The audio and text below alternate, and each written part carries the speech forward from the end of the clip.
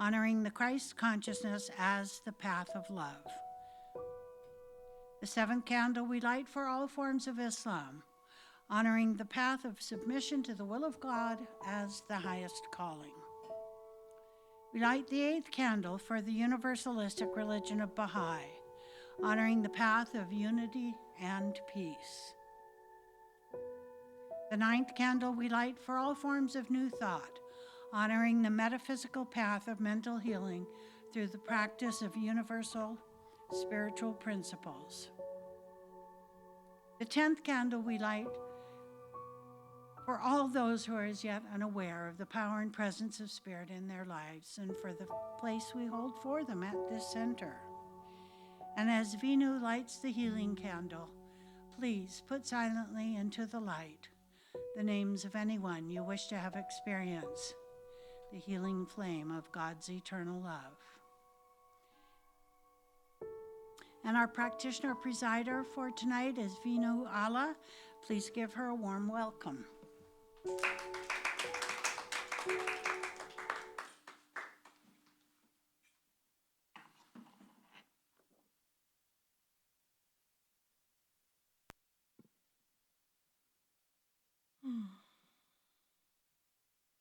As we go within, we recognize the one power, the one presence, the one universal consciousness that flows to, through, and as each and every person here this evening. Recognizing the unity with this divinity, with this all that is, everywhere, all-knowing, wise, in clarity. I know that tonight's meditation evening, a discussion evening, unfolds in divine perfection as we together join on this new journey, letting our minds open to curiosity, creativity. Our hearts expand. We connect. We explore. We come together. I'm so grateful for this space, for this center, for each and every person here this evening, in person and online, knowing that this is a divine co-creation, unfolding in absolute perfection. That each of us is here tonight by divine appointment, and that we share and receive exactly what we need. This gratitude overflows in my heart tonight, and it is with this full and grateful heart I release my word to the law, knowing it is all done, knowing it is all love, and together we affirm by saying, and so it is. Good evening, everyone. It's been a minute since I've been here on a Wednesday night, but it's so nice to be back and to see everyone in the house. So, I thought I would talk today about one of the core values of Science of Mind that is in our curriculum. And this core value is the idea of a reciprocal universe. A reciprocal universe is exactly what it implies. This is a two-way street. It is not a one-way relationship. Things are not being done to us. We are not just pawns. We are co-creating with the all that is. And Ernest Holmes talks about it through the law of cause and effect, right? So this law states that before the thing exists, there is that back of it. That is our thought. That is our thinking. This law states that the unseen and the seen are in a dance with each other. So if we're looking out into our world and we're seeing things in our personal, let's just take our own personal world right now, because each of us has a different experience, right? And we think about what's happening. And it's so easy to be like, oh, why does this keep happening to me? And then I think, wait, but if there's this thing called law of cause and effect, if this is a reciprocal universe, have I checked in with myself lately? Have I thought, what am I putting out into the world? I've been grumpy and cranky and in pain and fearful, and I know this, and I know I've also been putting that out there. And, who can blame me? Right? That's what we say. Who can blame me? But then I see what I'm getting back, and I think, I can pivot. I can make a different choice today, right? We think about, I have this visual of throwing a stone into a lake, and we see how it ripples out into circles, greater and greater and greater. And imagine that what are we putting into this lake? Are we throwing in a pebble of love, a pebble of fear, a pebble of joy, a pebble of gratitude? Whatever that thing is, imagine it rippling out into greater and greater and greater being. But in our world here, it doesn't just end there. In this metaphysical world, those things we put out there come back to us. And I'd like to remind you, Holmes says this is not a punishment, and it's not a reward. There's no blame, there's no shame. It's just the law.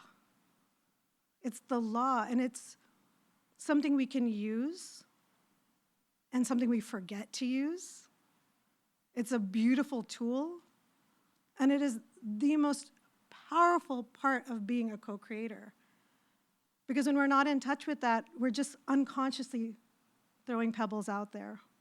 We're unconsciously saying words. We're unconsciously putting thoughts and ideas into the world. And it's okay. We don't have to run around, delete, delete, delete when that happens, right? We just check back in with ourselves.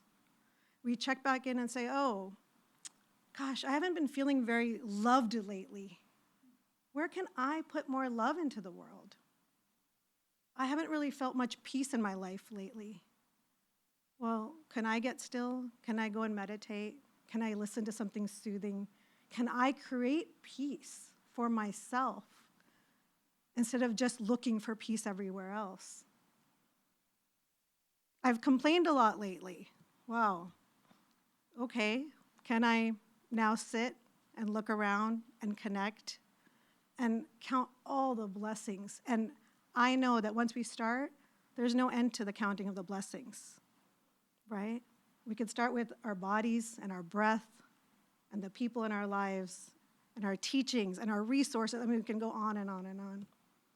There's 10 fingers, 10 toes. I mean, if we need to add to our list, we can use those, right? So there's a lot that we can do to shift what our world looks like.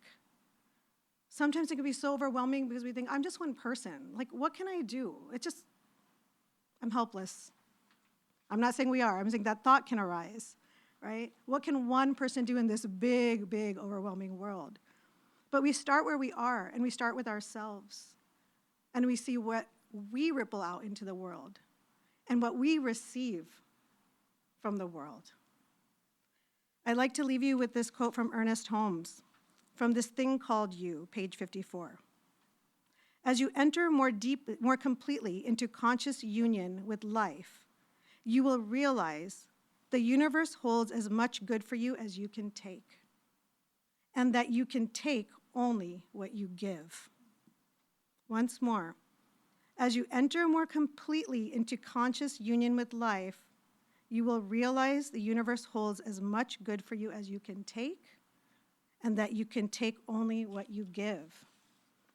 So I invite us all as we move through the week to see what do I want to give to this world, and what would I like to receive? Thank you.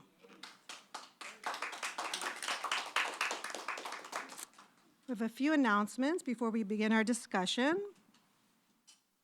Practitioners are available for a 2-minute tune-up, if you would like. We have lots of practitioners here in the room, so meet with any of us. Creating the Beloved Community Workshop. This is a 2-day workshop coming up with Dr. Reverend Mike and Reverend Gordon Bailey on February 22nd from 10 a.m. to 2 p.m.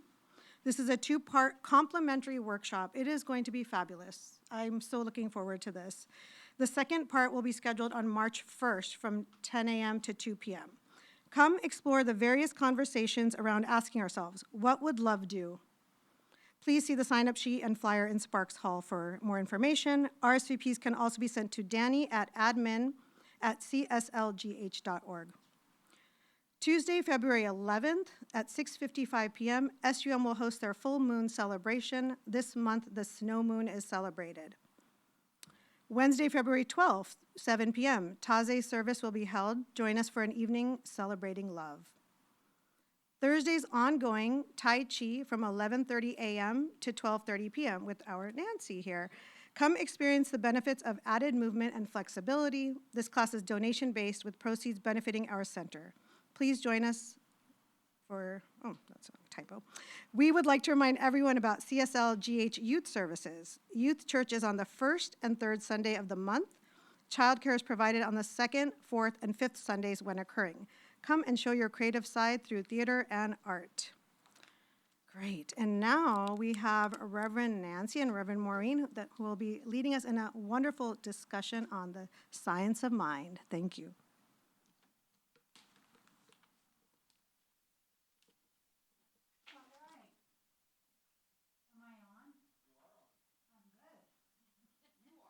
I am on.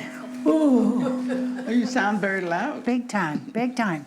So the chapter that we are exploring tonight, this is the book we're going to be using for this Wednesday night. It's called Living the Science of Mind. And these are all essays by Ernest Holmes. Some of them were short. Hi, come on in. How are you? Come on. Come. Come into the circle. I'll throw this stuff out. There's two chairs here. That's why we're late. That's all right. We're late getting started. Yeah, just have a seat. You back from school? You know, right? Isn't this your son? No, it's not my son. It's not him? No, he works with me. Oh, okay. Did he get dragged kicking and screaming? No. He came of his own volition? He did. Okay. He's been to a sauna before. Oh, well, there you You're gonna hand go. me this. All right, so the chapter, this is the book we're working on for our discussion tonight. It's a series of essays by Ernest Holmes, and they're short. So if you decided to purchase the book, you know, it would take you, you do? Okay, good. Well, then you know what we're doing here. We're going to think affirmatively tonight. This is the one we're working on. It starts on page 18 of the book. And the reason that we do a discussion group, we used to do this years ago. And sometimes we'd have upwards of 30 people here for a discussion group. And the circle just kept getting bigger and bigger and bigger. And what we found is that some people learn by reading, some people learn by hearing, and people learn best by reading and hearing, the combined effort, okay?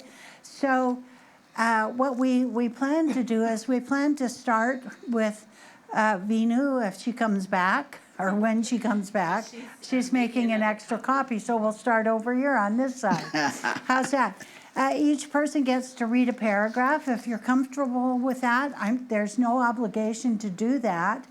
And if there are questions, let's kind of go through the paragraphs, read them together, and then at the end we can see what we need to do differently with the group. So Nancy, if you'll start thinking affirmatively.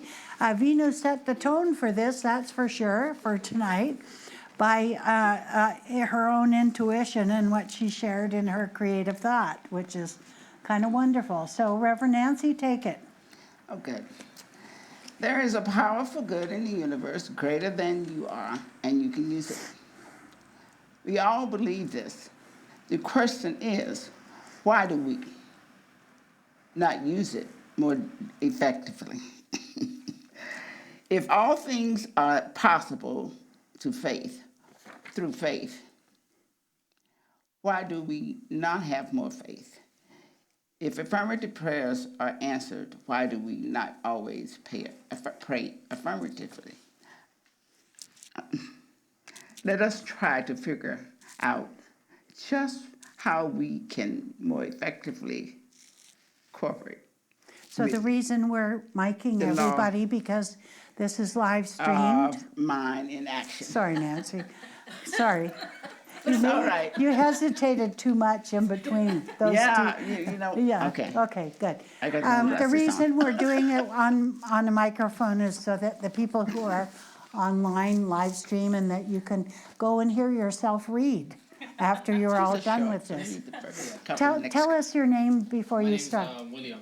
William, thank you for being here. The second paragraph, Yeah. please. First, let us begin with the thought that we are all united with an invisible force, which is creative, and that we are already one with the universal mind, which can do anything. Next, let us consider that we are centers within this mind, and that the sum total of all of our thoughts is either silently attracting good to us or repelling it from us. Do that next a little bit too. And third, let us know that we can change our thinking and in so doing cause the law of good and act affirmatively for us instead of negatively. Thank you. I'm Kathy. Let us start with the first proposition. We are surrounded by a creative mind which reacts to our thought. This is the basis of all faith and all effective prayer. This is why Jesus told us that when we pray, we should believe we already have what we desire. When Jesus said that it is done unto us as we believe, he implied that there is a power that can, will, and must react to us. But this power has no choice other than to react to us in the way we think. This power acts as law, operating on our beliefs. This is why Jesus said it is done unto us as we believe. My name is Sonia. Until the time of Jesus, it had been believed that God might help us, that there were concessions.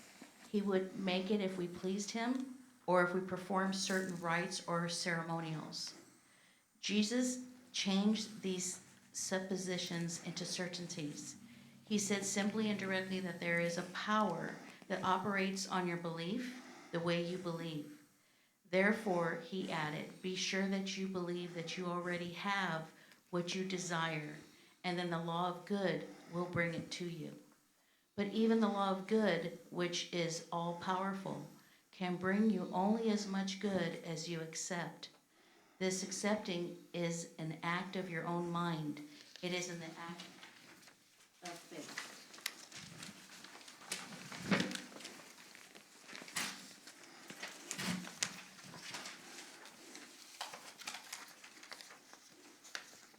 I'm Elizabeth.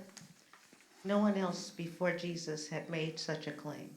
Only within the last 100 years or less have people come to realize that he was talking about the spiritual principle in which we are all rooted, which operates on our faith, our conviction, our acceptance.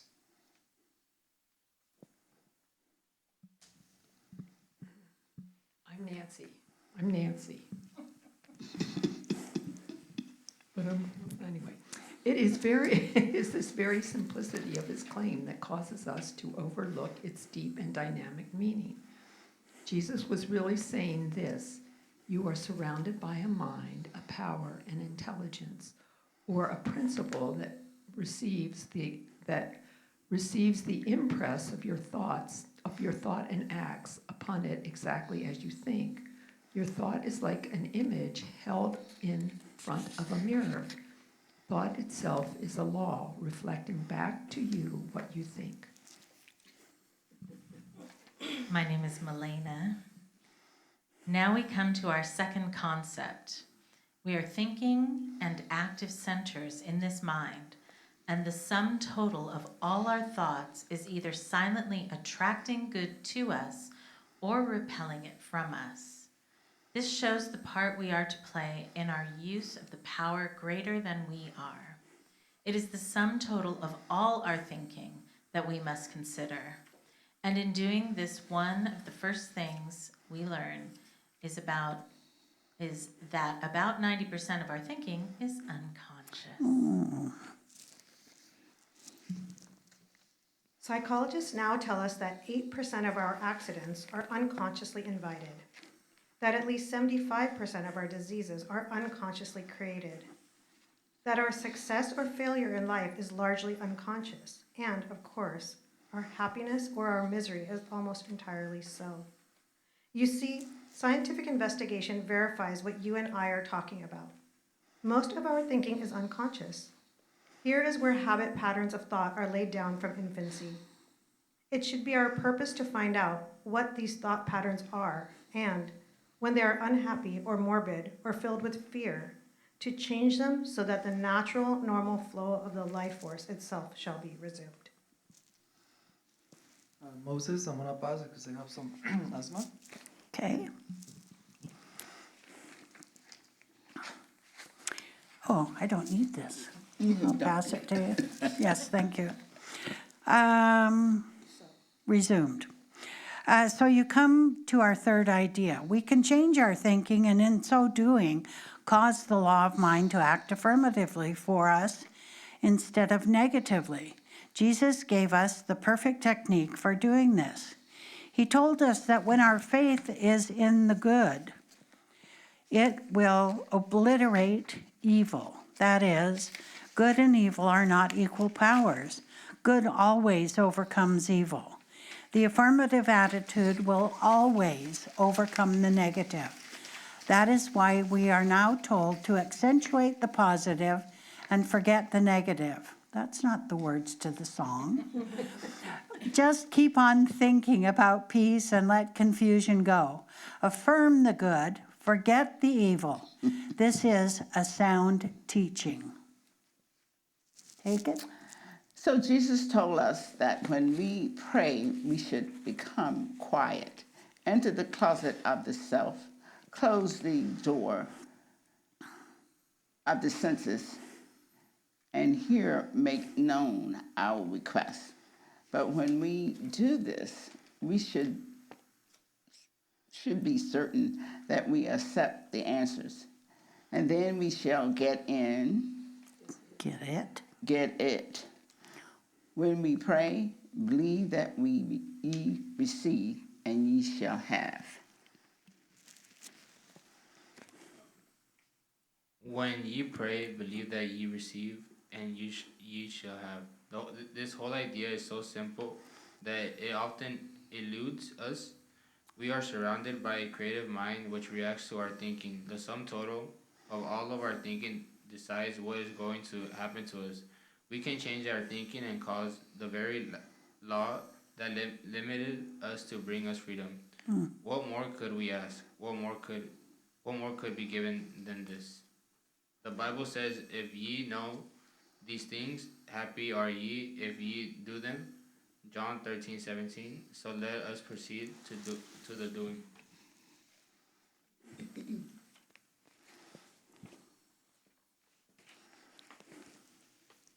Going back to our first statement that we are surrounded by a mind principle which acts creatively on our thinking, let us make this the basis of our belief. Whether we call this mind principle, spirit, God, or law makes no difference. The only thing that matters is whether we accept this self-operating power around us, a power which actually can and will do whatever ought to be done for us if we believe in it. And do we accept the fact that the sum total of our thinking decides what is going to happen to us?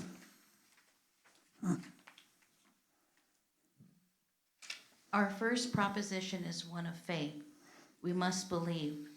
It is natural to have faith and to believe, but when we find that we lack these qualities, we now know what to do about it, because belief and faith are mental attitudes. So we practice affirmative prayer daily by saying, I do have faith, I do have conviction, I do believe, I do know and understand that there is a power greater than I am. I do realize that I can use it. There is nothing in me that can doubt, deny, or limit this power. My whole being accepts it, both consciously and unconsciously. Thus, we are preparing our minds to pray affirmatively, which means to pray effectively. If there's a principle of mind that reacts to our thinking, or to our belief, it naturally follows that if we say, I cannot, then it cannot because we do not let it. If we say, it won't, then it won't because we do not permit it. And if we limit it to a little good, it cannot give us a greater good. The power, the power itself is absolute. The way we use it is relative. We can practice believing because thoughts are things. And when we say, I believe, and there is no doubt in me, we do two things. We affirm our belief, and by so doing, build a positive acceptance in the mind. And at the same time, we reject our doubts by denying them. This is the way the way thought works, realizing that 90% of our thinking is unconscious. We should daily affirm that there is nothing in us that denies the good we affirm, that every experience we ever had which denies that good is wiped out of mind and memory as a negative force, that we are forgiven our mistakes and encouraged to go on and do better. We are now ready to entertain our third basic concept and see if it cannot actually bring ourselves to believe that we possess the good we desire, even though we do not see any possible way for it to happen. This also can be reduced to a simple method. You can say to yourself, I do accept this good. I do believe my prayer is answered. I do affirm the presence of love, friendship, happiness, prosperity, health, peace, whatever the need may be. And nothing in me denies, rejects, or refutes it. I do accept it. You will find that after you have done this for a while, there will come a gradual acceptance of your affirmation. And you will learn that as the subjective reactions of your thought build up an affirmative attitude, things will begin to change in your environment. It may take a little time, but you now have courage, knowing that you are dealing with a definite principle and that it cannot fail. We are all surrounded by a certain amount of skepticism and doubt, and perhaps many people think what we believe is all nonsense. This should not disturb us in the least. We are to know that we are working independently with God and the great law of good. Whether we are working for ourselves or our family or our friends or the whole world, every affirmative spiritual statement we make will have some power. An invisible law of good will be acting upon it. You have no one to prove this but yourself. If you do prove it to yourself, no doubt your friends will begin to ask you, what is it all about? You have no authority for what you do other than the authority of what happens when you do it. We have nothing to give to the world unless we have first proved it. The blind cannot lead the blind, but alone with truth, with a capital T, one person can pass from weakness into strength, from fear into faith, from defeat into success, and even while we are still living from a state of continual death into a realization of everlasting life. So, the question for the night is, if 90% of our thinking is unconscious, what are we thinking? What are we putting into the universe? They tell us that we have over 60,000 thoughts a day. How many of those do we consciously remember? Very few, right? Unless you're put in a position where you have to change a behavior or a tendency. You know, driving on the freeway 4 times a week has put me in the position of being a defensive driver. You know, I kind of went here and there to the grocery store and to the car wash and to Trader Joe's and didn't think too much about it until I got on the freeway. And when I got on the freeway during the winds last week, the week before last, and 2 weeks before that, I realized the need for defensive driving was greater than it had ever been. As I said to somebody, I've lived here since 1972. I've never seen anything like this, never seen anything like it. So what percentage of our thoughts then are actively propelling us into some sort of activity? If 90% of our stuff is unconscious, what part of that is propelling us into some kind of activity? That's a trick question. 90%, 90%, right? Right? So at the beginning, was it the beginning of this chapter where he said there's a power for good in the universe available to everyone and we can use it? You know, that was a hard nut for me to swallow when I first got here. All those years ago. 1973 was my first experience at Founders Church. Very first. My Weight Watcher lecturer took me there. I cried through the whole service. And I cried because I thought, oh, I found my tribe. I found my people. And Dr. McNeil was up there conducting a 150-person choir. And it was like the angels in heaven were singing to me. I knew I found my place. And here I am, how many years later? 52 years later. Yeah. That long? 52 years later. So, Nancy, take it. You know, the question I would have is that how much of this I believe? Do I believe it?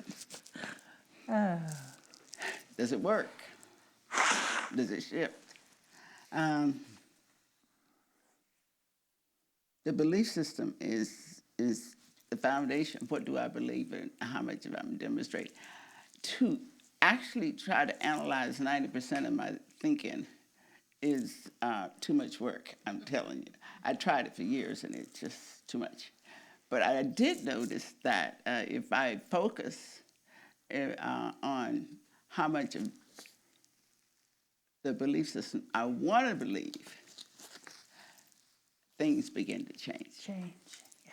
And that's what begins to dominate me. And that's what shifts my life. So what stood out to you? Yes. Well, I just want to piggyback on that. First of all, I want to say I had no idea what you two were bringing today for discussion, and my No, talk. I know. I know. Was so weird. It gives me Perfect. chills Yeah, sometimes when that happens. it happens a lot. Yeah. It's crazy. You would think we coordinated that. It feels really overwhelming to have to deal with 90%. So what comes to mind is, can I turn the 10% into 12%, 13%, 14%, a little bit? Can I bring awareness, consciousness to the unconscious? Can my continued desire and intention to be more and more aware shift that percentage?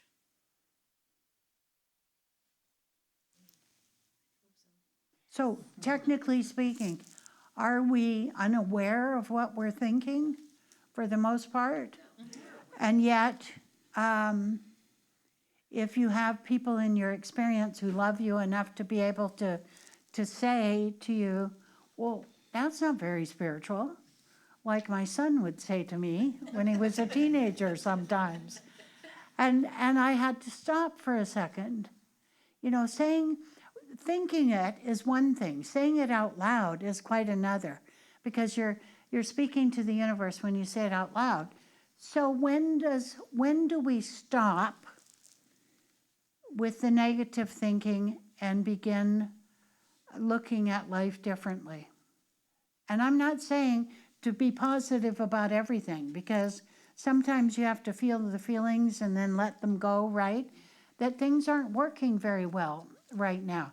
There's a high level of anxiety. There's a high level of, for some people, outright panic, because I have two wonderful women who come and clean my house once a month, and they're in such a state of high anxiety because they're racially profiled and they may then be, yes, criminalized, yes, in some way, shape, or form. So, Nancy, you have something to say, yes. Let's see, I have been doing a lot of, I've been coming across a lot of different philosophies. I think Buddhism kind of also, he says Jesus is the first one. I don't know that Jesus is the first one. Anyway, I get that's neither here nor there. But one thing that I read, and I can't remember exactly where I read or heard, like in this past week, was that when we start really allowing ourselves to focus on to focus on happiness and love, especially love. Love is the core of everything. I mean, is the great driving force. In Qigong, they say, love created Qi. I don't know if everybody knows. Anyway, love created Qi. Qi created Yin Qi and Yang Qi, and Yin Qi and Yang Qi created the universe. Anyway, but love is the original creator of all, and that's who God is, or whatever you want to say. But one of the things that I feel, okay, so the first thing that I heard this week was the more we focus on that loving kindness in ourselves and embody it, and I think that's one thing it's not just in our mind, it's in our emotions especially. It's really hard to untangle our emotions from our body, from our mind. You know, what comes first? Sometimes we really don't know. So, and you know, Joe Dispenza talks about how how important it is to embody what we feel, and so, or embody how our minds and our feelings work together. But I'm rambling on. Sorry about this. But so that when we can really intentionally focus on that love, and it can bring a sense of really, a feeling of peace in our bodies, a feeling of, and that translates to giving that feeling to the unconscious. I heard somebody say that this week. And I think there's truth in that and I've seen it work with people, you know, that the more we focus on that, on the good, the more our unconscious resonates and picks up on that good. So I feel like that we all have the ability to definitely shift that from, was it Vinu who was saying from 90%, or Maureen, from 90% to down to 80%, to 70%, to 50%. Anyway. So one of my teachers said, intention is everything. Yeah. Intention is everything. That we can change the 90% of unconscious thinking into a different intention, and like Vinu said, go like instead of 10%, go to 12%, and just being more aware of what's going on around us, and how much of what's going on around us are we personally affected by. If we're not affected by it, why are we even, somebody said to me today, I worry about everything. And I said, I quoted Mark Twain, I worried about a million things in my life that never came to pass. And she just looked at me like, well, that's harsh. Well, it wasn't intended to be harsh. It was intended for her to know that it doesn't have to be her experience. who gave us the idea that worrying about somebody or something is going to change anything? It doesn't. Worry may be a catalyst for change. Anger may be a catalyst for change. Fear is a catalyst for change. All of those things are catalysts for change. Milena, you have something. Piggybacking off the idea of love and directing it at myself. So doing math in my head and percentages is like not fun. I do math for work a lot. So, but as a caregiver for both my parents, I'm acting from love and caring for them and worrying for them. And then I just have to catch myself and open up to like not just living from what's in front of me, but what's available all around me, that field, and just tap into that constantly, and connect to, okay, I need love for myself, I need love for them, what is needed in this moment, and just keep bringing myself back to each moment. So today I experienced like, it seemed like one of my parents was in pain. And so my love was like, it's hard to see a loved one seem to be in pain. And also, you know, what is mine to do in this moment? How do I respond to this? How do I support? So really, there's so many things to think about, from keeping households running and keeping people fed and their medicines, and myself able to manage all of it. And the only thing that seems to help is to catch myself in these moments when I start feeling frantic, and breathe. So it just, again, embodying the knowing and the eternal space. I need that space, because when I focus in on specifics, sometimes it's like it gets very tight and restrictive. So that reminders of like the infinite and the eternal and the power of love, and also not forgetting to direct it at myself.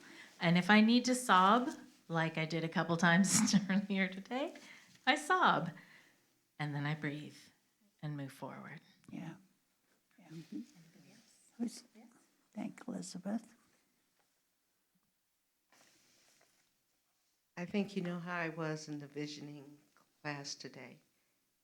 It is because I feel that I'm about to demonstrate what I've been asking, and I didn't know how much I needed, what I got.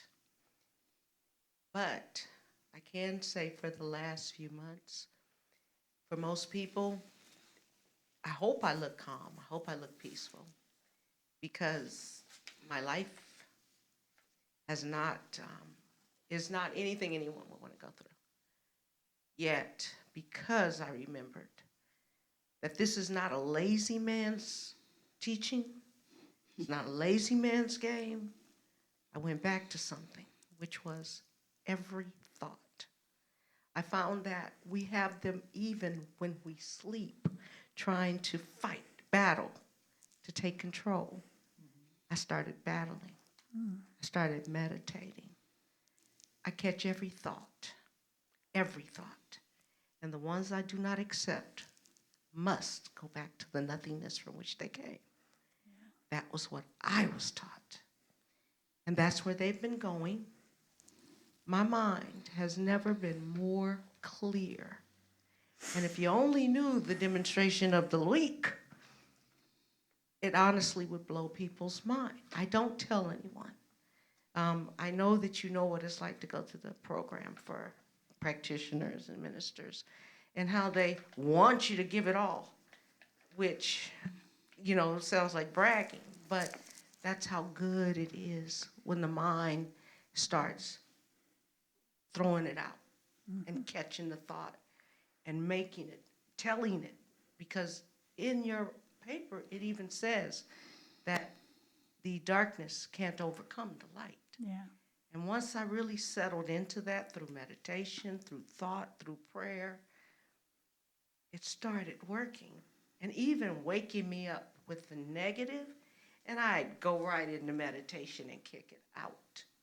So I do believe that that 90% can increase or decrease. Decrease. The negative 90 can decrease. And as it does, it'll never be more clear in your own mind. At least for me, that's what I found. Yeah.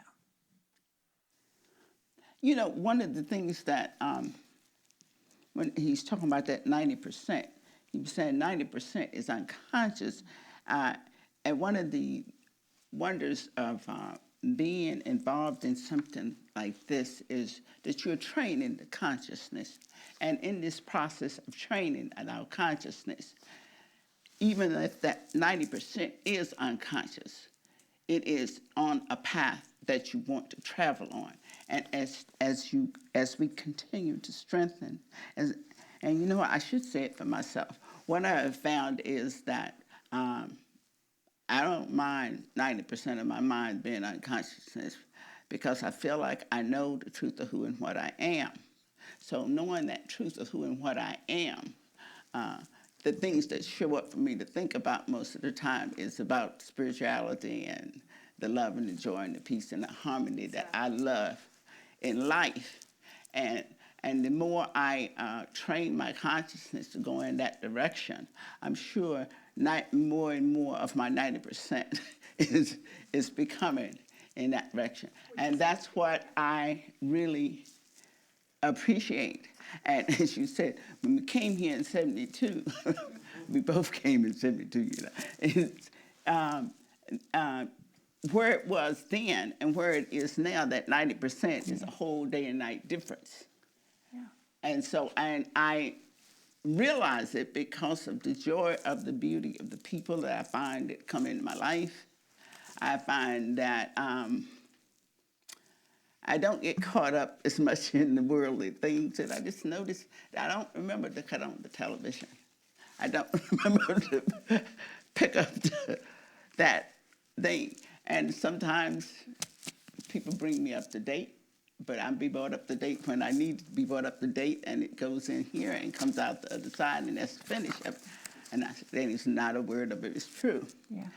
I think that what I'm finding with what he's saying here is the basic concept of a belief system that we are moving to embrace, and we embrace it gradually. And it is 90%, and this is why he really, Holmes really drilled the concept, train your consciousness. Train it, and the intention is to train it in the direction. So our time is coming up. Oh, well, I was actually going to say a couple of things that were people that were online. Oh, do you have questions? Yes? Well, it looks like Michael McMorrow is watching, Reverend Dr. McMorrow. So hi. Hi. He says, he asked the question, how can we know what we are unconsciously thinking? So when life isn't working the way that we want it to work, we have to sit in the quiet and figure out just exactly where's my mind going? Where's my brain going? Is my brain going to ain't it awful and this will never happen and I don't deserve this? Or is my brain going for the idea that I can be, do, and have anything that I want in this lifetime? One of the most wonderful books I've read lately is called The One Thing. And Gary Keller says in the beginning of the book, he says, what is the one thing that I could do today that if I did that one thing would change the trajectory of my whole life? One thing, one day at a time, one thing at a time, sometimes 1 minute at a time. And I think that asking us to embrace the whole idea without having anything to fall back on quite yet. Like Nancy said, we're works in progress. We started out in 72. I was scared to death in 72, you know, that my kid's dad didn't want me to go to Founders Church if I didn't drive myself because it sounded like a cult, you know. So things change over time. So maybe we don't have a 90% unconscious thought process now, but we might have a 50% unconscious thought process now. Yes. And Renzen. we have one from Lisa, who she is the one who mans the chat on YouTube and Facebook. So she has a couple of things. I have an inner dialogue, but I guess that's not very unconscious. Maybe it's more action or behavior based or reaction. Yes. That she answered her own question. Yes, you did. Definitely. Yes, and yes. It's Lissa, by the way, Lissa Moreno. Thank you, Lissa, for that question or that comment, because I think most of us go through that process ourselves. We do. And we have, by learning the science of mind, we have not the idea, but we have the possibility of changing our thinking and changing our lives. You know, it's a progress, not perfection. I mean, I do know that I'm the perfect Maureen. You're the perfect Milena. You're the perfect Kathy. We all are perfect in that respect, but we're measuring by someone else's values of what perfection represents.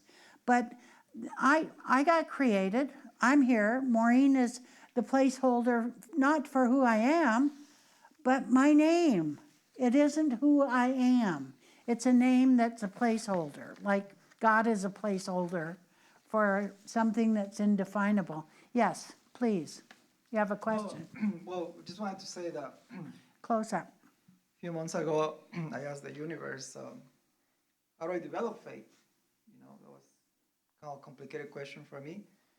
And well, something that caught my attention is what you said about like if you develop love, self-love, things will unfold.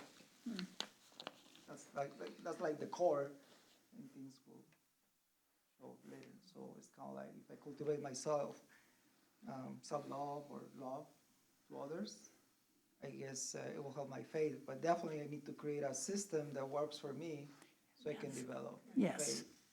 Because well, I consider myself a person who gets things done, but I think having faith, it will be a little easier than trying to force things, and you know. So I guess I have to learn how to go with the life, you know, the pace of life too, not to try to force things all the time and push things around all the time, to go with the flow. Yeah. But definitely I got some answers here from the universe about faith and love. Thank you. So take I this. think, I just want to say, take this piece of paper home with you tonight and reread this throughout the week. And as Reverend Mike would say on Sunday morning, come back and share with us next week about what you, if not next week, the next time we meet, which is in a couple of weeks, share what you learned from that. Take it, Nancy. and I really wanted to say that each person is on their own journey. And as you say, and you may be loving all of us, and each person out there has a path that they will follow. And that's why we look at all these different paths. But the spiritual path is basically what we are developing within ourselves to change that. What's unconscious, Maureen? Yes. What is unconscious is out of those 60,000 thoughts, how much of it is about going in the direction that you want it, is what it is. And as we train our minds, and that's what we're doing when we do this literature, you're training our minds to go in the direction you want to. And you will begin to see, and it's as real as you test it out and prove it. Mm-hmm. And that's what the whole thing is. Can you just test it and see it if it does? And test it for yourself, how you think it should be done. Yeah, yeah. And this is where you would find your answers. So we have closure tonight? Yes, however, that might be a little stretch for somebody who's brand new and doesn't understand meditation. Okay, so Vinu will close us out with the treatment. I know this seems like an abrupt end to what we were doing, but it is 8 o'clock and 34 seconds. And Yes. it's time to go home. Let's just go within for a few more moments longer. Once again, recognizing this one divine presence that is everywhere, in everyone, in all things. Recognizing the one power, one presence, one mind, one heart, knowing that we are each in complete union with this beautiful, beautiful source. That we are each unique and perfect expressions of this gorgeous, glittery God stuff we call source, we call love, we call the divine. Knowing that tonight's discussion unfolded in divine perfection, that we leave here uplifted, expanded, curious, and continue to explore even after this hour is done. Knowing we leave here with hearts open, connected, joyful, peaceful, harmonious. I'm so grateful for this community, this group, for Reverend Nancy, for Reverend Dr. Maureen, for Renzen, and for each person here today. Knowing that this was just another beautiful, beautiful manifestation, a new beautiful demonstration of our heart's desire. And as with this full and grateful heart, I release my word to the law, knowing it is all done, knowing it is all love. And together we affirm by saying, And so it is. Thank you. Thanks. You always hear So, you guys say it's so it I is. So totally that's new really to this, lady.